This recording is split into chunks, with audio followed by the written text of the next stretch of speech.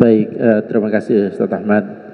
Semoga apa yang disampaikan tadi bisa menambah semangat kita lagi untuk menghadiri majelis ilmu. Mari kita sama-sama mengikuti pembukaan kajian kita pada malam hari ini oleh guru kita. Bismillah.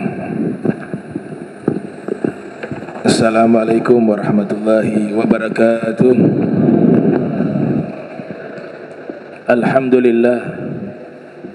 Alhamdulillah wa kafa, thumma salatu wassalamu ala nabil mustafa wa ala alihi wa ashabihi ahli sidqi wal wafa, amma ba'du.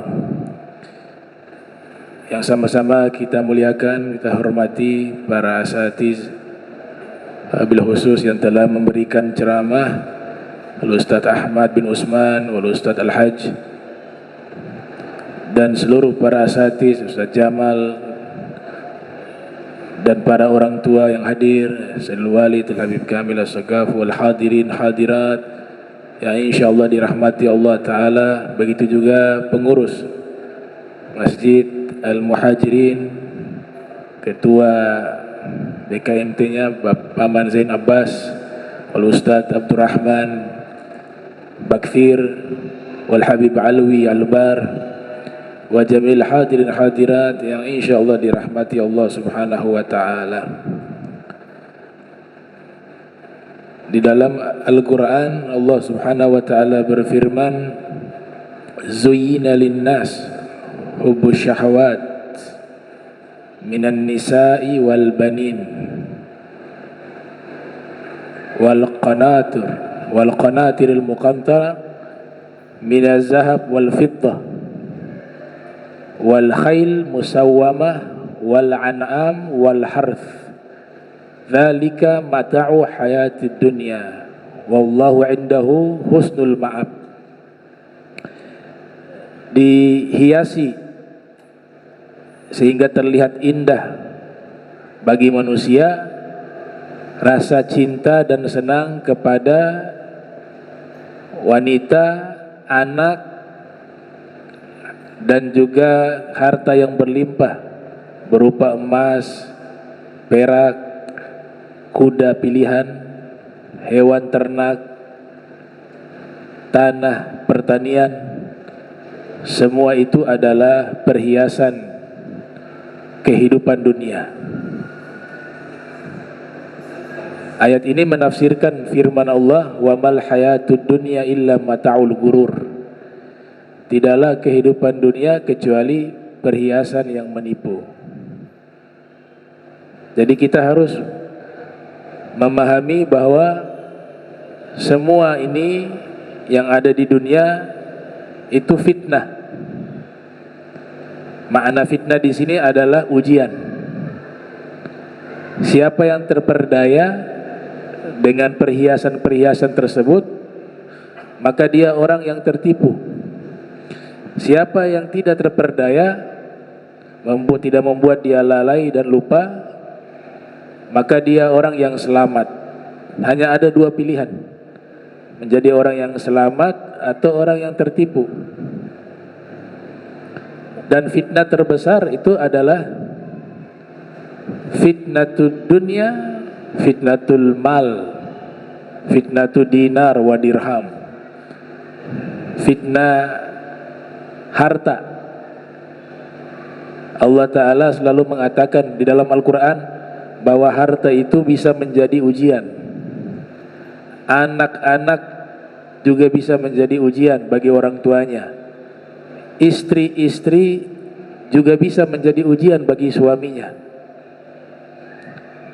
Apabila harta yang dimiliki membuat dia menjadi lupa akan kewajiban dia, membuat dia lupa akan adanya kehidupan akhirat, maka harta itu menjadi fitnah baginya. Tapi kalau tidak membuat dia lupa, tidak membuat dia lalai, maka harta itu bukan menjadi fitnah tapi nikmat. Dengan harta itu tidak membuat dia lalai kepada Allah, maka mereka adalah orang-orang yang selamat insyaallah. Begitu juga dia mendidik istrinya, dia mendidik anaknya menjadi istri yang soleha, anak yang soleh dan soleha. Dia sudah berusaha semaksimal mungkin, maka anak dan istrinya bukan menjadi fitnah, tapi menjadi nikmat baginya, menjadi penolong baginya di akhirat nanti. Masalah harta yang menjadi fitnah terbesar di zaman kita ini uang. Di masa Nabi dinar wa dirham. Kalau kita flashback ke belakang, awal mula adanya uang itu di zamannya Kan'an, anak turunan Nabi Adam. Ada juga yang berpendapat di masanya Nabi Allah Idris alaihissalam sebagai orang pertama yang membuat uang, sebagaimana yang diterangkan oleh Al-Hafiz Ibnu Katsir di dalam kitab Qasasul Anbiya, yang lahir 701 Hijriah, wafat 774 Hijriah. Tapi kalau sejarah umum, itu yang pertama kali membuat uang logam, itu satu bangsa namanya Lydia. Masa Lydia itu masuk di wilayah Turki, kurang lebih abad 6 sebelum Masehi. Kemudian uang kertas pertama kali dibuat oleh orang Cina, ya, orang Cina di dinasti Tang abad 7 sebelum Masehi. Nama uang kertasnya itu Jiaos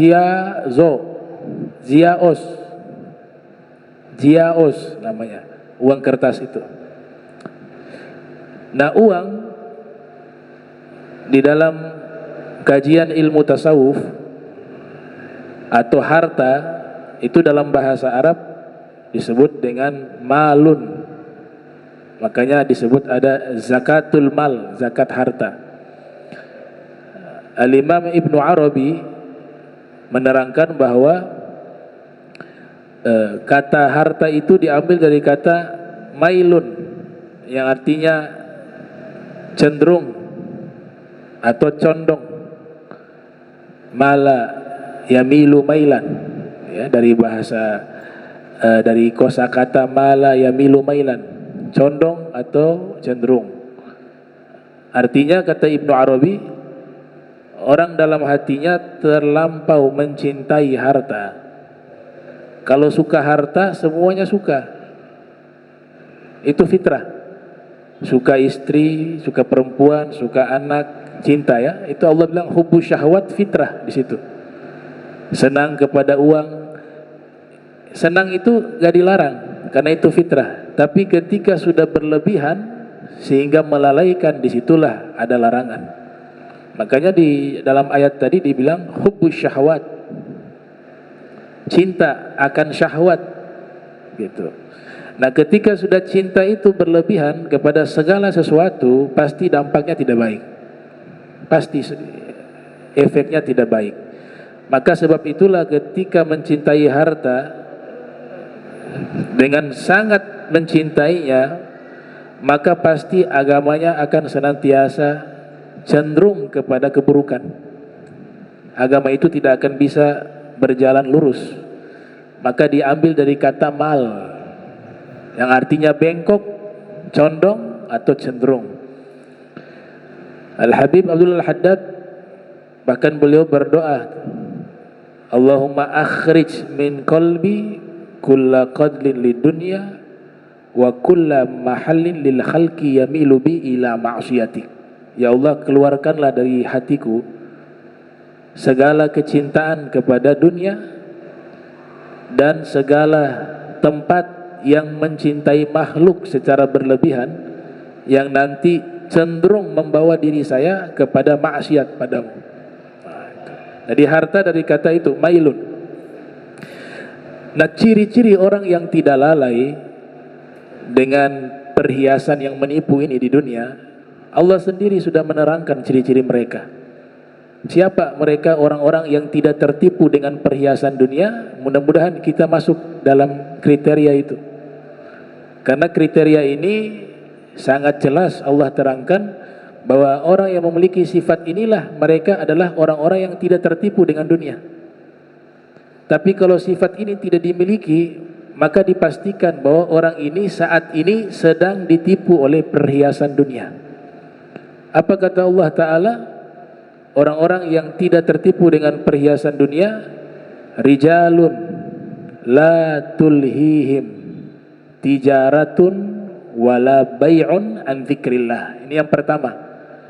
Mereka adalah orang-orang hebat yang jual beli, bisnis, dagang tidak membuat mereka lupa mengingat Allah. Jadi kalau ada orang dagang tidak dilarang. Bahkan para nabi itu banyak pedagang, termasuk nabi kita Muhammad sallallahu alaihi wasallam, seorang pebisnis sukses.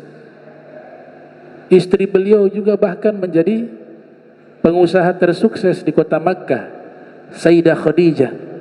Akan tetapi jual beli, bisnis, dagang tidak membuat mereka lupa mengingat Allah, karena mereka paham itu bukan tujuan.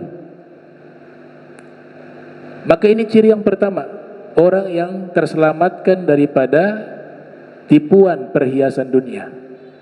Dia selalu mengingat Allah walaupun dia sibuk di dalam bisnis. Sebaliknya, kalau ada orang dagang, bisnis, ataupun kerja, pekerjaan ini menghalangi dia mengingat Allah, maka dia sedang tertipu dengan kehidupan dunia. Jadi jelas ayat ini masuk kategori ayat lafdul hakiki, tidak majas, lugas, jelas, tidak perlu lagi ditakwil-takwil. Kita sekali membaca faham. Itu yang pertama. Jadi dia tidak terlalaikan dengan perniagaan atau kerjaan atau jual beli. Kemudian lanjutannya, wa iqamis sholati, juga tidak lupa melaksanakan sholat 5 waktu. Akhir zaman pedagang dekat masjid, tapi tidak semua ya, ada yang sholat juga. Ya husnudon saya semuanya sholat ya, tapi di tempat lain lah, bukan di sini. Itu dagang di samping masjid, ada panggilan azan, tidak sholat. Alasannya apa? Kerja cari rizki. Jadi mencari rizki, tapi meninggalkan yang memberikan rizki. Yang punya rizki Allah, harusnya kamu dekati yang punya rizki, karena yang berikan itu Allah subhanahu wa ta'ala. Dan itu terjadi bukan hanya di tempat-tempat biasa, bahkan mohon maaf di tanah suci itu ada yang memang dagang, niatnya dagang saja, tidak, sholatnya bukan di Masjidil Haram, sholatnya di tempat lain. Kalau yang tidak sholat, wallahu alam ya. Artinya ini perkara apa? Perkara hidayah dan taufik dari Allah. Jadi kalau kerjaan, aktivitas apapun membuat dia tidak menunaikan sholat 5 waktu, dipastikan saat itu juga dia sedang tertipu dengan kehidupan dunia. Dia tertipu dengan perhiasan dunia yang sesaat, dan pada akhirnya Allah akan biarkan dia sibuk. Mala'tu yadaihi syugla, aku biarkan dia sibuk terus-menerus sampai meninggal. Bila meninggal, yang ada penyesalan. Penyesalan tidak ada artinya setelah meninggal dunia. Kita punya amal nih diakumulasi oleh Allah, dihitung. Dari sejak kita balik, disitulah mulai dihitung oleh Allah amal kita, sampai nanti kita meninggal dunia. Yang kedua, wa ita'iz zakah, dia ketiga ya. Yang pertama mengingat Allah, yang kedua melaksanakan sholat, yang ketiga menunaikan zakat. Dan ditutup oleh Allah subhanahu wa ta'ala dengan pernyataan yang diterjemahkan oleh para ulama bahwa yaqulu qaumun an hudahum dollu. Ada sekelompok orang mengatakan orang-orang yang punya sifat seperti itu sudah gak ada zaman sekarang. Atau kita sederhanakan, para wali-wali itu sudah gak ada di zaman sekarang. Dijawab oleh Allamatud Dunya Al-Habib Abdurrahman Bilfiqih. Beliau mengatakan, kebanyakan orang mengatakan bahwa orang-orang solehin yang melaksanakan sifat-sifat yang termuat di dalam Al-Quran tadi, itu sudah tidak ada lagi mereka. Maka dijawab oleh Al-Habib Abdurrahman Bilfiqih bahwa sesungguhnya mereka itu ada banyak. Yaqulu qaumun an hudahum dallu qad adamu fi asrina wa qallu faqul lahum, katakan pada mereka, walakin jallu, orang-orang itu banyak, para wali itu banyak, di setiap zaman mereka banyak. Akan tetapi apa? An antarahum a'yunul juhali, tapi mata-mata orang yang sudah hatinya diliputi oleh kecintaan kepada dunia yang berlebihan, hatinya yang sudah penuh dengan iri hati, hatinya yang sudah penuh dengan kesombongan, hatinya yang sudah dipenuhi dengan kedengkian. Orang-orang yang mulia itu dalam pandangan mata mereka, mereka tidak bisa lagi melihat karena terhalangi oleh hal itu. Makanya di ayat tersebut melanjutkan, ciri berikut mereka adalah senantiasa yakhafuna yauma tataqallabu fihil qulub wal absar. Setiap waktu, setiap saat dia selalu berfikir masa depannya. Yang dimaksud masa depan adalah di akhirat. Al-Quran menyebutkan, wal tandur nafsum ma qaddamat lighad, hendaknya setiap diri dari kalian perhatikan dengan hari esok. Hari esok yang dimaksud masa depan kita bukan di dunia tapi di akhirat. Itu juga harus dipikirkan, karena nanti setelah meninggal dunia, semua yang kita tinggalkan di dunia ini tidak memberikan hasil apa-apa bagi kita di akhirat, kecuali dengan prestasi amal soleh. Itu yang akan menemani kita.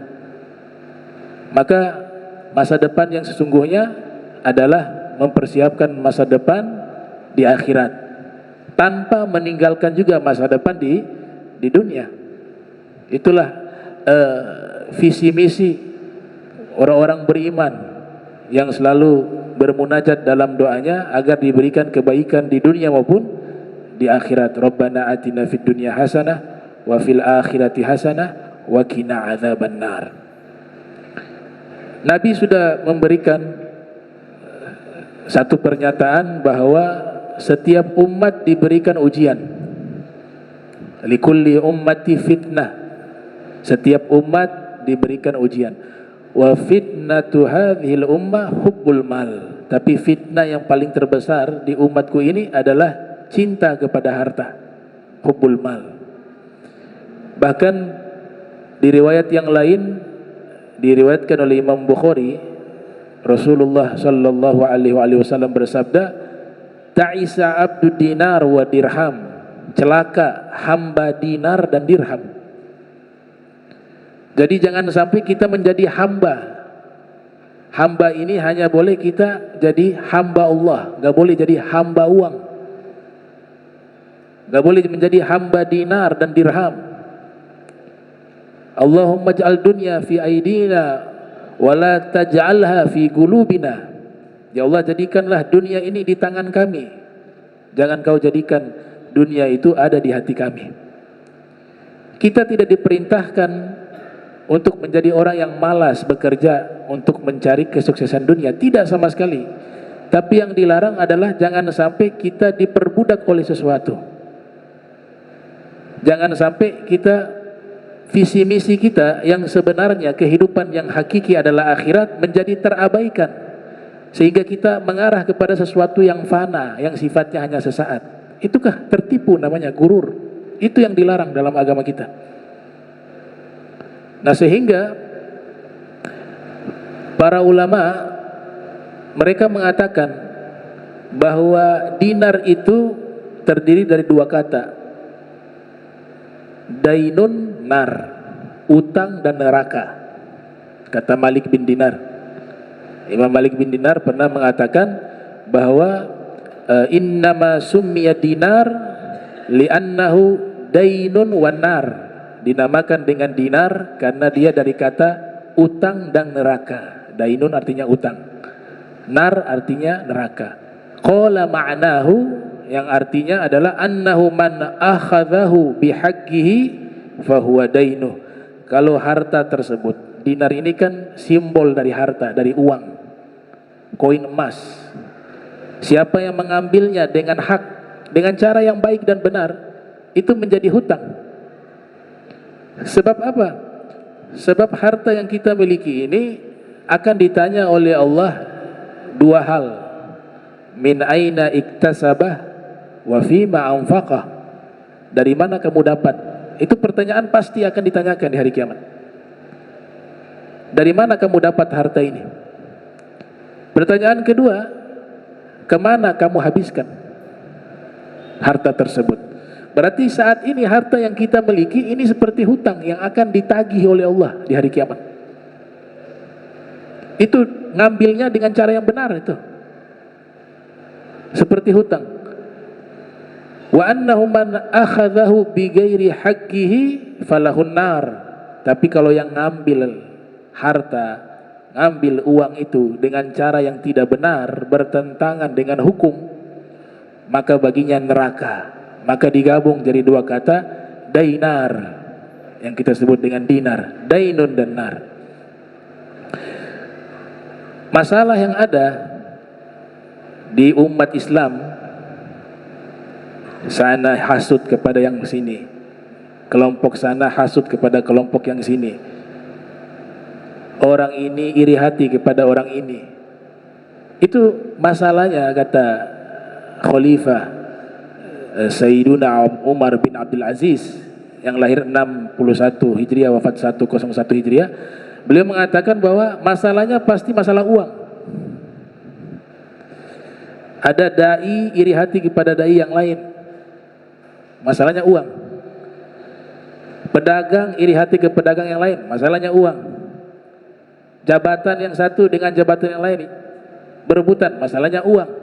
Ini pangkal masalah nih. Karena apa? Hatinya cinta kepada dunia secara berlebihan. Makanya dikatakan oleh Khalifah Umar bin Abdul Aziz, inna hadhil ummata lam takhtalifu fi rabbiha wala fi nabiyha wala fi kitabiha. Umat Islam ini tidak berselisih masalah Allah, masalah Tuhan. Enggak ada orang berkelahi masalah Tuhan. Semuanya sepakat Allah Maha Esa. Kalau dalam kajian ilmu kalam itu bukan selisih, itu namanya apa? Keluasan ilmu. Gak ada umat Islam berkelahi gara-gara masalah Nabi Muhammad SAW. Gak ada. Iri hati satu dengan lainnya, saling membenci satu lain gara-gara Nabi Muhammad SAW. Gak ada. Gak ada umat Islam berkelahi gara-gara Al-Quran. Tidak ada. Tapi kata beliau, innama ikhtalafu fid dinar wa dirham. Kalau umat Islam ini berkelahi, pasti masalahnya masalah dinar dan dirham, masalah uang. Dari berbagai profesi, gitu.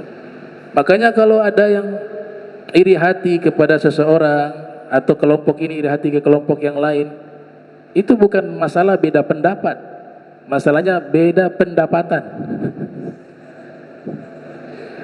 Kalau niatnya sudah keliru, ya hasilnya seperti ini.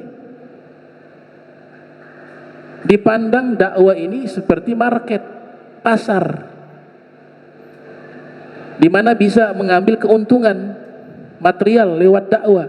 Inilah yang merusak agama. Dan dai semacam ini yang paling ditakutkan oleh Nabi Muhammad SAW. Saya paling takut, kata Nabi, akhwafu ma akhafu alaikum al-a'immah al-mudillin. Yang paling saya takutkan menimpa kalian adalah para imam-imam diangkat oleh masyarakat sebagai imam, sebagai dai, sebagai ulama. Ternyata mereka itu menyimpang. Bisa menyimpang dari niat dakwanya, bisa menyimpang dari cara menyampaikan dakwanya bisa menyimpang dari ilmunya. Faktornya, masalahnya adalah apa? Hubbul mal, cinta kepada harta. Nah, iri hati ini juga masalahnya ke uang juga. Ada seseorang iri hati ke orang lain karena orang lain sukses. Suksesnya kenapa? Oh, pendapatannya besar, punya mobil dia, punya rumah dia di sini yang sakit. Makin orang yang dia hasuti itu makin banyak mendapatkan nikmat, hatinya makin terganggu, jiwanya makin sakit, yang pada akhirnya dia stres dan sakit.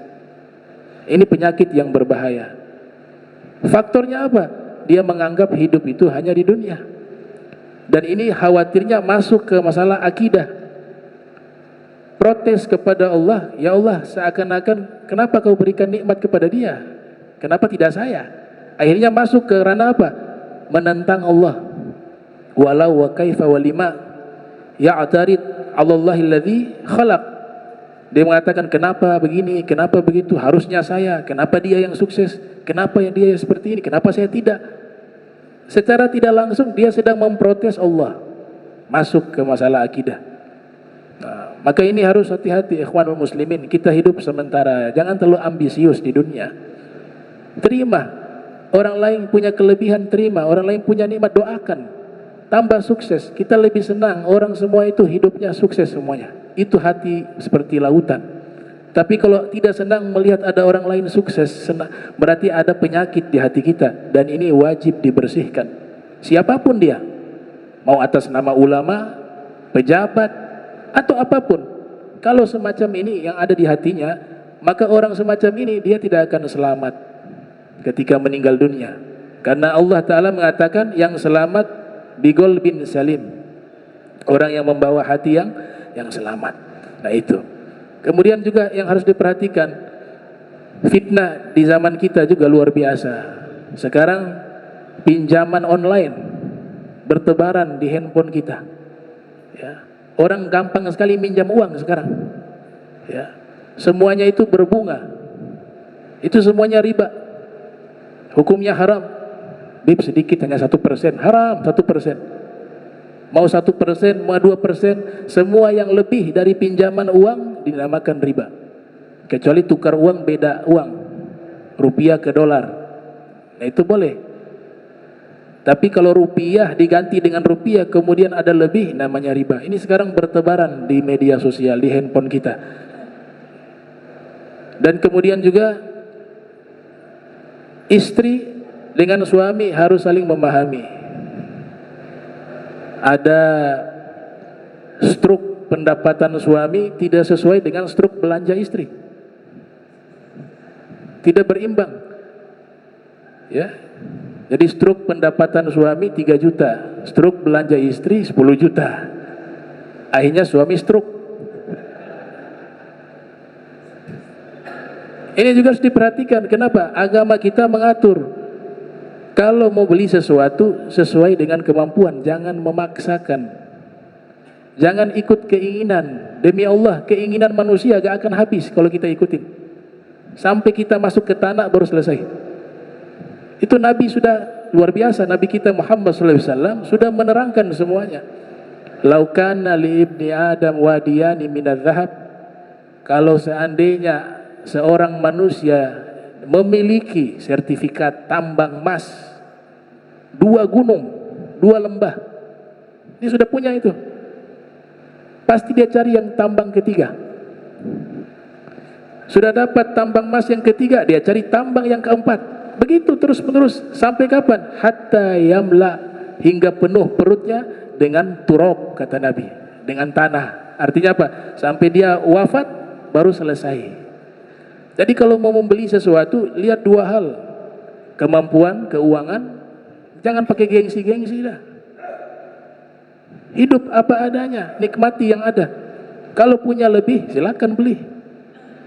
Dan beli sesuai kebutuhan, bukan keinginan. Ini yang menjadi susah, belinya karena keinginan, bukan kebutuhan. Karena gengsi juga kadang-kadang.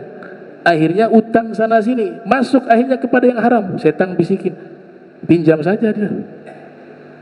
Bunganya kecil kok itu, dipinjam. Gak lama lagi pinjam lagi, akhirnya numpuk ini bunga. Akhirnya susah dia, gak bisa bayar hutang, hidupnya tidak enak. Gak enak orang hidup ditagih-tagih hutang. Manusia yang paling bahagia di zaman sekarang ini manusia yang hidup tanpa ada hutang. Mau punya rumah mewah, mobil mewah, tapi masih hutang, mendingan sepeda bayar lunas. Kenapa? Terlilit hutang, gak enak. Itu sampai Nabi ijazahkan doa tuh, Gohrir rijal, minta perlindungan dari penagih hutang. Nah, ini yang harus diperhatikan. Jadi jangan sampai kita mendahulukan keinginan bukan kebutuhan untuk membelikan sesuatu. Makanya ada satu nasihat singkat dari seorang sufi, namanya Imam Abu Yazid Al-Bustami. Apa kata beliau? Uridu an la urid. Aku ingin untuk tidak ingin. Aku ingin untuk tidak ingin. Itu orang paling kaya. Kenapa? Karena dia gak butuh apapun. Ketika ada keinginan, dia mengatakan saya tidak ingin. Ini mendidik nafsu, karena keinginan itu sumbernya dari syahwat, dari nafsu. Ya, tujuannya apa? Menjerumuskan kita kepada hal yang haram nantinya. Tuh. Kemudian kalau berbicara uang, kalau orang sudah hubbul mal, udah gak bicara agama lagi, apalagi madhab. Tuh. Ada filosof Prancis, Voltaire namanya ya, Voltaire atau siapa itu namanya. Dia kan mengatakan itu, when it is a question of money, everybody is the same religion, is of the same religion. Artinya apa? Kalau berbicara uang, semua manusia beragama sama. Kalau sudah bicara uang, gak ada ini agama ini, apalagi madhab ini, madhab ini. Kenapa? Agama sudah disampingkan. Ini ucapan seorang filosof Perancis yang memang sesuai juga dengan apa yang diterangkan oleh para ulama. Ketika berbicara tentang uang, maka semua manusia menganut agama yang sama. Apalagi madhab. Yang ini membenci madhab yang di sana, caci maki terus. Pas dipanggil ada proyek nih, proyek berapa miliar, oh iya datang dia. Itu. Padahal awalnya dia benci nih sama orang ini karena beda madhab dalam agama Islam lah. Ketika bilang ada proyek 20 miliar, oh sudah ini mazhab nanti dulu deh, ini dulu. Begitu juga agama. Ini non muslim, ini Islam. Ketika diajak ada proyek, dia bilang nanti hadiri ya, ada acara penyembahan kepada ritual ke Tuhan. Oh ya sudah terpapar, itu betul sudah. Yang penting tanda tangan dulu nih. Itu belakangan. Itu yang terjadi. Kenapa? Karena dalam hatinya sudah menjadikan kecintaan terhadap dunia yang sangat berlebihan. Akhirnya apa? Terhalangi oleh kebenaran. Betul kata Ibnu Arabi tadi, bahwa orang kalau sudah hatinya mencintai dunia dan harta berlebihan, pasti agamanya tidak bisa lurus, akan selalu bengkok, mailun, bengkok kanan atau kiri, ekstrim kanan atau ekstrim kiri. Nah, maka doa yang Nabi ajarkan kepada kita, yaitu agar meminta agar Allah Ta'ala jadikan di hati kita ini sifat zuhud. Itu sifat yang paling mulia. Izhad fid dunya yuhibbuka Allah, wazhad fi ma indan nas yuhibbakan nas. Zuhudlah terhadap dunia, pasti Allah cinta kepadamu. Dan zuhudlah apa yang dimiliki oleh manusia, maka manusia akan cinta kepadamu. Zuhud bukan berarti meninggalkan segala sesuatu, bukan. Tapi zuhud tidak menjadi budak atas segala sesuatu. Tidak menjadi budak atas segala sesuatu. Kita hanya menjadi budaknya Allah, budaknya Rasul Muhammad sallallahu alaihi wasallam. Nah, mudah-mudahan pembukaan majelis ini bisa memberikan kebaikan dan keberkahan, dan semua diberikan sehat wal afiah, bisa istiqomah dalam taat wal ibadah kepada Allah Subhanahu wa taala. Bismillahirrahmanirrahim. Alhamdulillahirabbil alamin. Allahumma shalli wa sallim ala sayyidina Muhammad. Allahumma ja'al jam'ana hadza jam'an marhuma وتفرقنا من بعده تفرقا معصوما ولا تجعل منا ولا منا شقيا ولا محروما اللهم نزه قلوبنا عن التعلق بمن دونك واجعلنا من قوم تحبهم ويحبونك سبحانك بحمدك أسألك أستغفرك وأتوب إليه وصلى الله على سيدنا محمد وعلى آله وصحبه وبارك وسلم ولكم منكم والسلام عليكم ورحمة الله وبركاته.